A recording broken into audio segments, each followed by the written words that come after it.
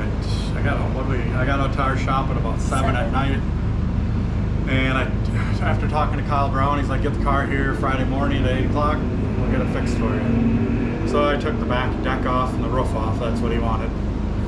I was there at Harris's door, which is 3 hours from home, at 8 a.m. like he wanted. Rolled it in, they're like, yeah, this is worse than we thought. And I thought it was probably worse than they thought. So they wanted to re-clip the whole back of the car, like from the back of the seat, every pipe in the back, everything that holds the rear suspension and everything. So I asked them how much time you need to do that. And they're like, oh, it's gonna take the day, like 6 hours, whatever, 2 guys.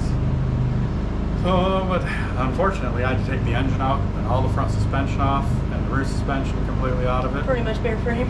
And pretty much bare frame it so they could clip it in the jig to do it right. Yeah. So it's hot there, and I didn't have all my tools with because a lot of them were in the shop. But they're awesome guys down there. They lent me some tools, gave me a spot to work. An hour and a half later, I had the car completely stripped, everything just laying beside it. I just whipped it apart. They put it on the jig, and probably 3:30 they had it done, and they really worked their tails off on Friday. It's a big job to do, and not knowing that's what they were going to be doing. So I got on the road, I got it reassembled and back on the road for home at 5:30, and I got to our shop at 8:30 last night. Worked on it till 12:30 this morning, getting the front suspension completely tight, because when I was there I just put it on, I didn't tighten nothing. Got it completely tight with the engine. I just had that sitting in it. I bolted that down, got it running again. Painted all the new tubes in the back, and right when I got there, and then put the rear suspension in it. Yeah, put the rear end back in. And put the drive shaft in it.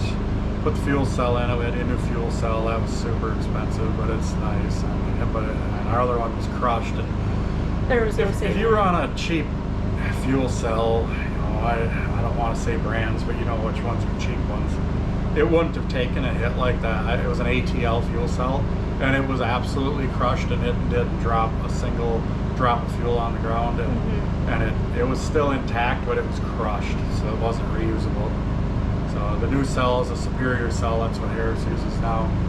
So we got that in the car. Went home like 12:30, got a few hours of sleep, got back out there right away in the morning this morning. My dad had the body panels as flat as they're going to get, and as good a shape as they're going to get, because they were tore up. So we got the body back on it today. Went through and load sticked it, set everything up, double checked all the nuts and bolts. Toe, caster camber. Yeah, checked everything over, and then took forever to get the brakes to bleed. We're still fighting brakes a little bit.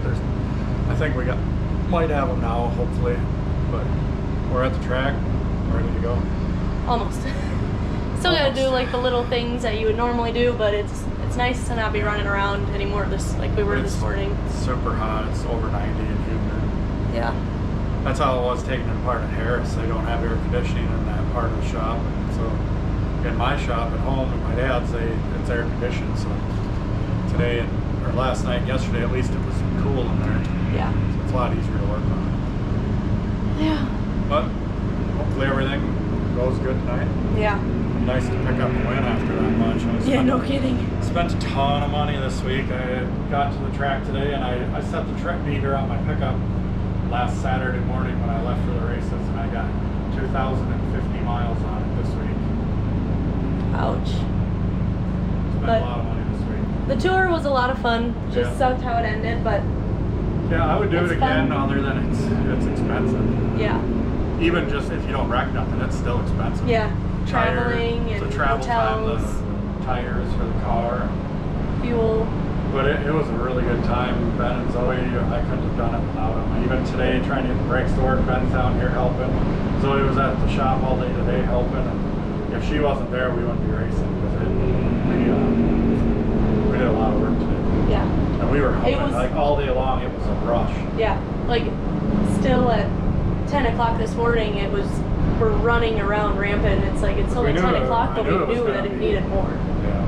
we knew we just needed more time, but some of the hardest part is the bodies and such.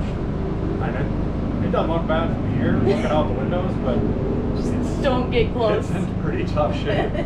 I'll end up making some new panels. It looks like it's a crushed pop can that you tried to straighten back out. We'll make some new panels this week, and I'll have to get some quarters. It's pretty rough, so. Yeah. But we're back at the track. See how we go. Yeah. Hoping for some good luck after that. Yep. But go finish the last couple little things. Yeah.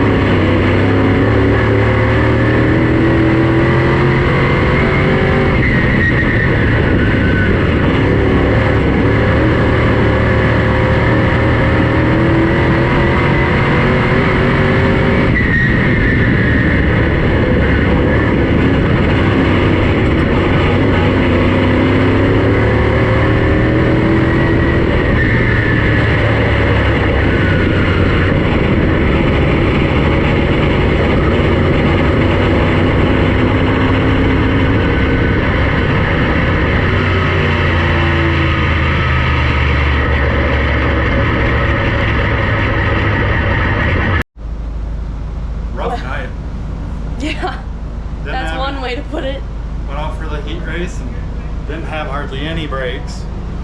But the worst part is it hadn't had no fuel pressure, so it wouldn't go. So I pulled off right away.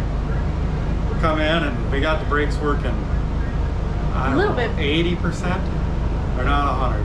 No. But I still don't have no fuel pressure. I got out on the track two times behind different classes. Yeah, once with hobbies, once with sport mods. Tried different things, still no fuel pressure.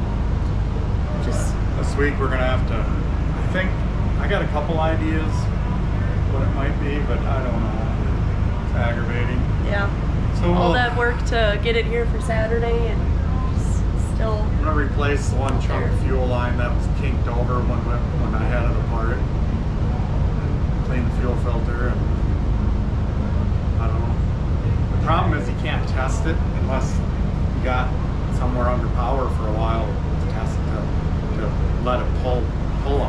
Yeah. If it runs fine, idling runs fine until you get, I don't know, halfway around the track and it runs out of fuel. I think I know what it might be. This new fuel system, I had to splice 2 lines together, and I'm thinking maybe the splice is too small and it's just too restrictive. I'm hoping. Yeah, cross our fingers.